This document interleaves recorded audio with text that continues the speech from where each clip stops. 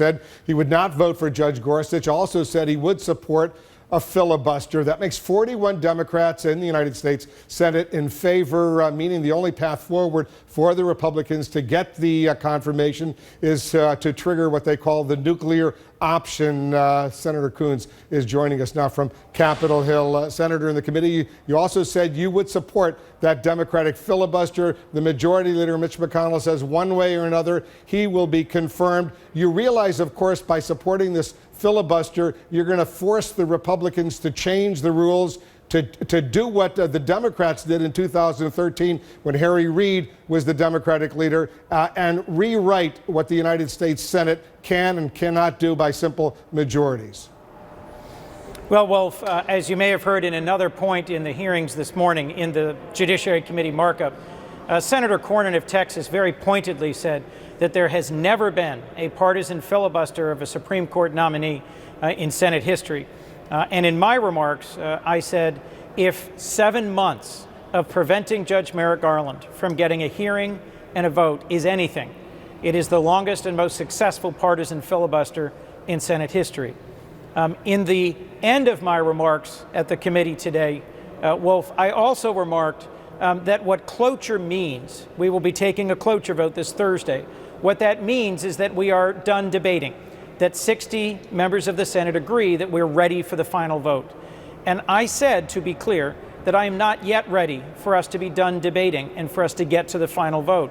So I will vote against cloture on Thursday. So that means, Senator, just to explain to our viewers, you will be part of the Democrats who will filibuster this nomination. And as a result, you understand the consequences of what Mitch McConnell and the Republican leaders are saying. They're going to then say, right, you know what? You don't need 60 votes to be confirmed. Right. You just need 51.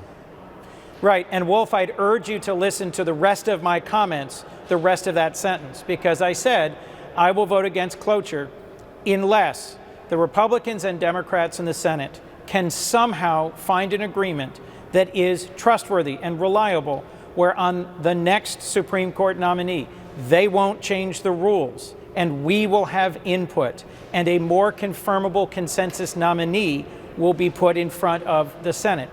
I'm not saying that I am insisting that we force the Republican majority to break the rules. That's a choice they're going to have to make.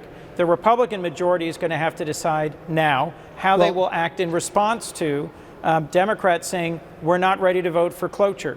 We need to see if there is still any hope, any way that they will back off from the nuclear option in exchange for some understanding about how they will handle the next nominee. Well, explain that to me, because it's a little confusing. Will Neil Gorsuch be in this compromise proposal, this idea that you have, let's call it a compromise, down the road, will Neil Gorsuch become a United States Supreme Court justice? That entirely depends on what actions the majority takes now. They're clear that if the vote were called today, when the vote is called Thursday, there will be 41 Democrats against cloture.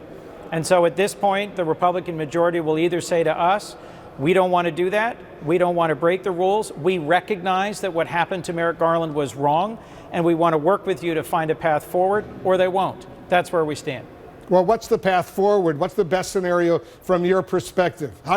In other words, how do you not change the long-standing rules of the United States Senate as far as confirmation of Supreme Court justice nominees are concerned, while at the same time allowing this nominee to go forward and be confirmed? How do you walk that tightrope? That would require a personal commitment, a trustworthy binding commitment from a significant group of senators of both parties that we won't change the rules. That we won't change the rules on the legislative filibuster, that we won't change the rules, at least for this Congress, on Supreme Court nominees. That forces the majority to get 8 Democrats to agree that the next nominee is someone we can confirm.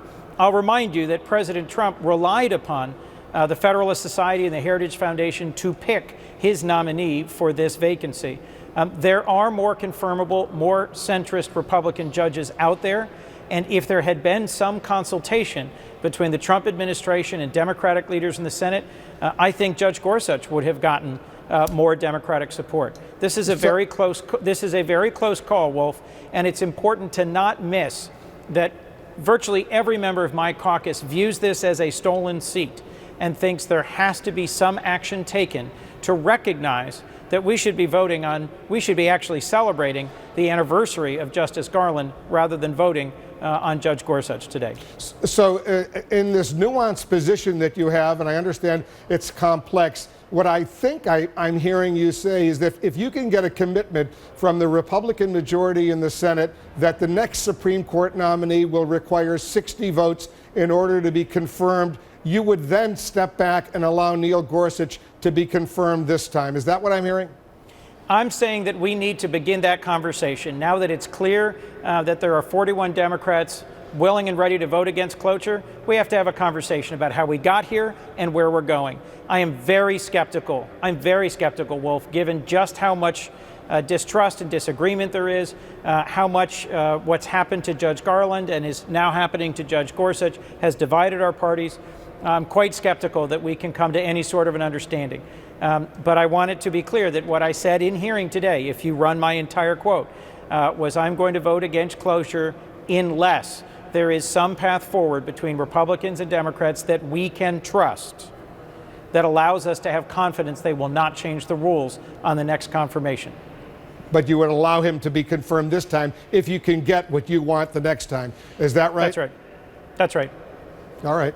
Senator Chris Coons with his concept of where he wants to go, and we'll see any conversations going on with Mitch McConnell and the Republicans on this front right now, Senator? I have not had any direct conversations with Senator McConnell about this, and now that I think it's clear there will probably be 42 or 43 Democrats by the end of today. Now that it's clear that there aren't enough Democrats for cloture to be invoked on Thursday, it is my hope that we will work together in the next 2 to 3 days to find our way towards each other. If that doesn't happen, there will be one more big step taken downwards in the spiral of our ability to work together here in the Senate. And as I've said before, I think that would be tragic.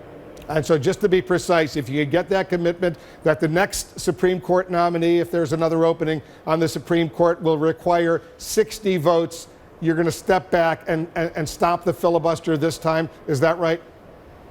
I would be looking for an agreement from both parties that we won't change the rules, and that in recognition that Judge Garland should have gotten a vote and that there should have been consultation on who was nominated this time, that on the next confirmation there will be a binding commitment that we will be consulted and that Democrats and Republicans will work together to make sure there is a confirmable nominee. We won't break the rules. We won't change the rules. We'll proceed as we should.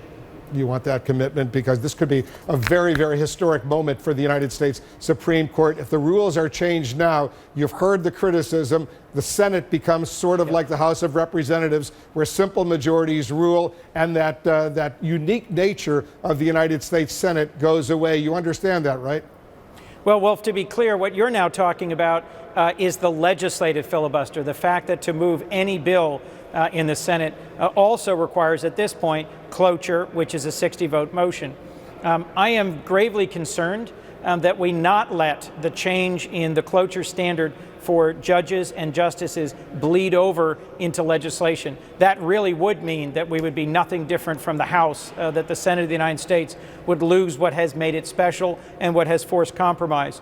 Regardless of how this dispute over Judge Gorsuch turns out this week, regardless of what happens this week, I'm determined to work with colleagues, both parties across the aisle, to make sure we don't put the legislative filibuster at risk, which is definitely something that is foundational to the history and nature of the United States Senate. It certainly is. All right, Senator, thanks so much for joining us. Glad we got some clarification on where you stand. And take a look at this to our viewers, looking at the live pictures coming in from the White House.